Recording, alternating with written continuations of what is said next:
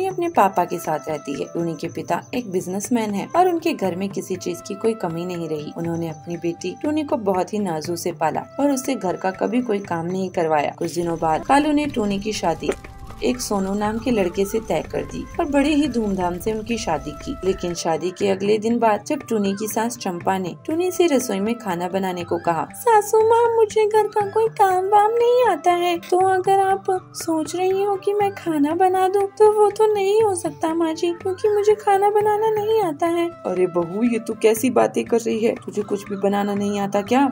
नहीं माँ जी, हमारे घर में तो मुझे कभी कोई काम करने की जरूरत ही नहीं पड़ी। हमारे घर में तो बहुत नौकर थे, वही सारा काम कर लिया करते थे। अरे फिर तू खाना नहीं बनाएगी तो कौन बनाएगा? तभी चंपा की बेटी लूसी आती है और वो कहती है, अरे कोई बात नहीं माँ, मैं भाभी को खाना बनाना सिखा दूंगी। हाँ बेटी, तू ही इसे सिखा दे, नहीं तो मेरे सर में बहुत तेज दर्द हो रहा है। चंपा ऐसा कहकर वहाँ से चली जाती है और लूसी अपनी भाभी टूनी को खाना बनाना सिखाती है। टूनी भी खाना बनाना सीख जाती है, पर एक काम उससे अभी भी गलत ही होता है और वो है रोटी बनाना। टूनी जितनी बार भी कोशिश कर ले उसकी रोटी जली हुई ही बनती है। ऐसे ही कुछ दिन बीत जाते हैं। फिर एक दिन घर में कुछ मेहमान आते हैं और चंपा अपनी बहू टूनी से मेहमानों के लिए खाना बनाने को कहती है। उस दिन लूसी कॉलेज गई हुई थी, इसलिए सब कुछ टूनी को अकेले ही करना पड़ता है। हे भगवान, ये किस मुसीबत में फंस गई मैं? ये रोटियां तो इतनी जली हुई हैं, माँ जी जरूर गुस्सा करेंगी। टूनी बाहर ले जाकर उन सभी को खाना देती है, लेकिन जब चंपा की नजर उन जली भुनी रोटियों पर पड़ती है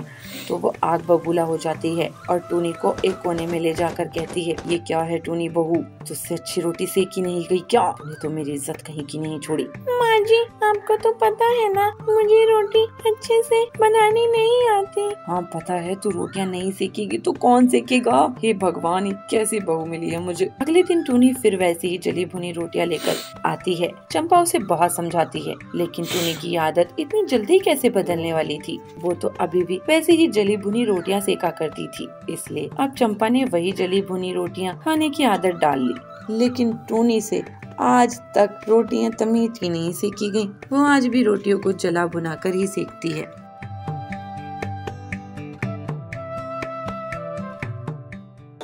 हीरापुर के जंगल में पीलू अपने पति बबलू के साथ रहती थी। वो दोनों पति पत्नी पंक्चर बनाते थे। ऐसे ही एक दिन टिल्लू उनकी दुकान में पंक्चर बनवाने के लिए आया। अरे मैडम, आप पंक्चर बना रही हैं? हाँ भाई साहब, मैं औरत हूँ तो क्या पंक्चर नहीं बना सकती? आप फिक्र ना करें, हम लोग बहुत अच्छे से पंक्चर रिपेयर करते हैं, आपको शिकायत नहीं होगी। ये तो बहुत खुशी की बात है। टिल्लू के जाने के बाद बबलू कहता है, आज का दूसरा ग्राहक था ये, इतनी मेहनत के बाद भी कमाई नहीं होती है। पीलू एक दिन वो अपने पति से कहती है, सुनिए जी, हमारा ज्यादा फायदा नहीं हो रहा है, क्योंकि हम दिन में सिर्फ 20 पंक्चर ही ठीक कर पाते हैं। हम कम से कम 30 पंक्चर बनाने होंगे। अच्छा, तो मैं कोई जुगाड़ करता हूँ। उनकी दुकान से कुछ दूरी पर कालू कव्वे की भी पंक्चर की दुकान थी। वो पीलू की बात सुनकर हिसाब लगाता है। पीलू चिड़िया, 30 नहीं, मैं तो 50 पंक्चर ठीक करूँगा अपनी दुकान में और तुम्हारी दुकान बंद करवा दूंगा। तो और 50 पंक्चर मेरे पास ठीक करवाने आएंगे, लेकिन उसके लिए मुझे एक चाल चलनी होगी। फिर कालू अपनी पत्नी सुंदरी को बहुत सारे कील देता है और अपनी दुकान से पहले खड़ा कर देता है। सुंदरी आने वाली गाड़ियों के नीचे कील फेंक देती थी, जिससे गाड़ियाँ पंक्चर हो जाती थी और फिर सुंदरी और कालू उनको अपनी दुकान में ले आते थे। इस तरह से वे लोग बहुत पैसे कमाने लगे। अरे, आपने देखा कि कालू कैसे लोगों की गाड़ियाँ पंक्चर करके उन्हें ठीक करता है और पैसे कमा रहा है। हाँ, ये बहुत गलत कर रहा है, एक दिन बहुत पछताएगा। लेकिन पीलू और बबलू के पास ग्राहक बहुत कम हो जाते हैं। इस बीच पीलू भाभी, ये देखो मैं आप लोगों के लिए क्या लाया हूँ। ये है ऑटोमेटिक पंक्चर बनाने की मशीन। देखने में साधारण हवा भरने वाले पंप जैसी लगती है, लेकिन इससे आप लोग दिन में 100 पंक्चर बना सकोगे। लेकिन हरिया भाई, हमारे पास तो आजकल 10 ग्राहक भी नहीं आते हैं। फिर पीलू हरिया को कालू और सुंदरी के बारे में बताती है तो हरिया तोता कहता है, तुम अपनी ईमानदारी मत छोड़ना, बाकी ऊपर वाले के हाथ में है। मैं आज से स्कूल और ऑफिस में लेटर देके आऊंगी कि हमारे यहाँ ऑटोमेटिक पंक्चर बनाने की मशीन है और जो ग्राहक आएंगे उसे हम 50% डिस्काउंट देंगे। ऐसे पीलू सोचती है तो बबलू कहता है, आइडिया तो अच्छा है पीलू, कम से कम खाने के लायक पैसे तो आएंगे, नहीं तो कालू ने तो हमारी दुकान बंद ही करवा दी है। क्यों बबलू, ये मेरी नई कार कैसी लग रही है? सुनो, दुकान बंद करके तुम मेरे नए घर आना। बबलू पीलू, देखना हमारी दीवार जितनी टीवी है, डबल डेकर फ्रिज है और सुंदरी के पास तो गहने भी है।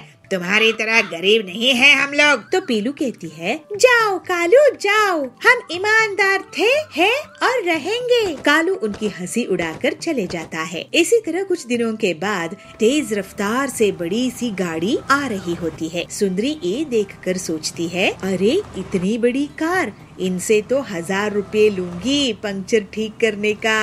और वो कार के नीचे कील फेंक देती है। कार डगमगाते हुए रुक जाती है। जैसे ही कालू और सुंदरी उसके पास जाते हैं, उसके अंदर से डाकू निकलते हैं। मैंने देखा कि तूने हमारी गाड़ी की पंक्चर की थी। डाकुओं से चोरी, अभी हम तुम्हारा घर लूटेंगे। फिर वो डाकू कालू के घर से रुपये, गहने और फिर कालू की कार चुराकर भाग जाते हैं। हाय, हम लुट गए, बर्बाद हो गए। सारी चोरी की कमाई चोरी हो गई। अब आगे से कसम खाते हैं ऐसा नहीं करेंगे। कालू कसम खाता है तो पीलू कहती है, हमारी दुकान बंद करने चले थे, खुद ही दुकान लूट बैठे। इसके बाद पीलू और बबलू अपनी मशीन से पूरे जंगल के लोगों की गाड़ी का पंक्चर ठीक करते थे और जल्दी ही वो लोग बहुत अमीर हो गए। फिर दोनों पति पत्नी खुशी खुशी ईमानदारी से रहने लगे।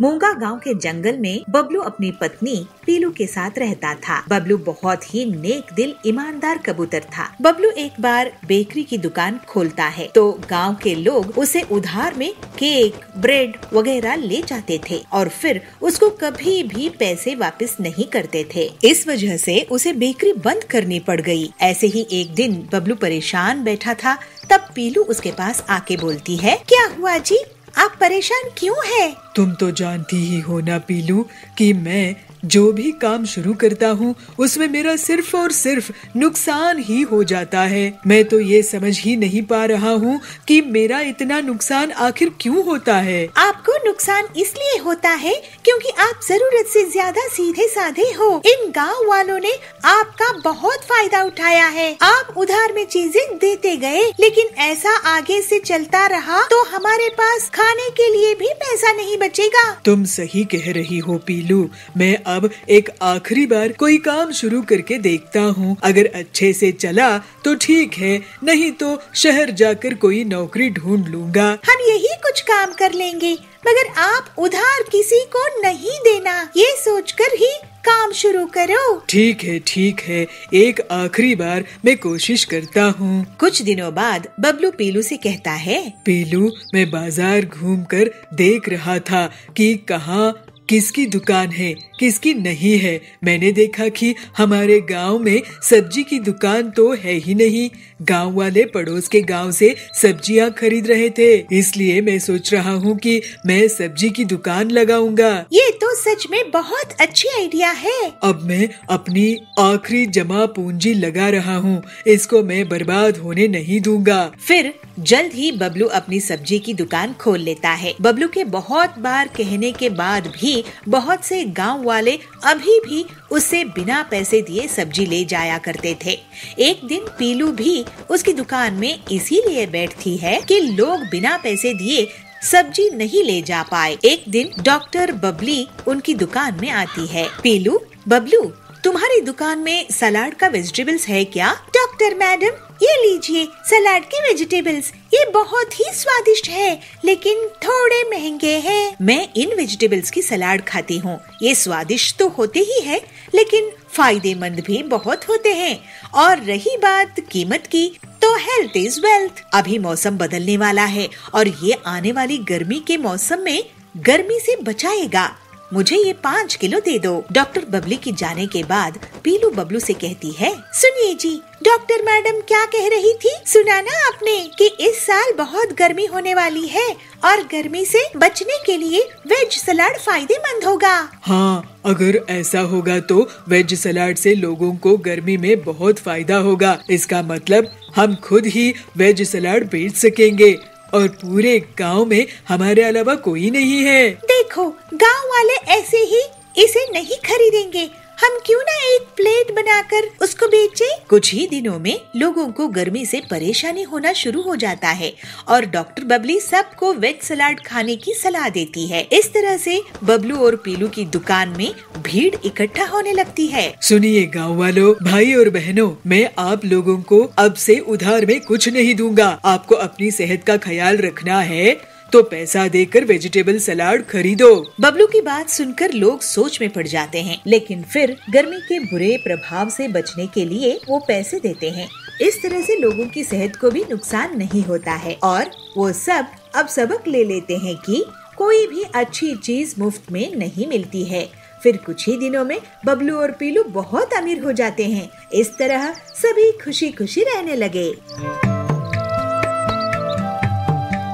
पूरे गांव में बबलू के बाइक ट्रैक्टर को लोग आश्चर्य से देख रहे थे और बबलू खेती करने लगता है। पीलू उस खेत में बीज बोने लगती है।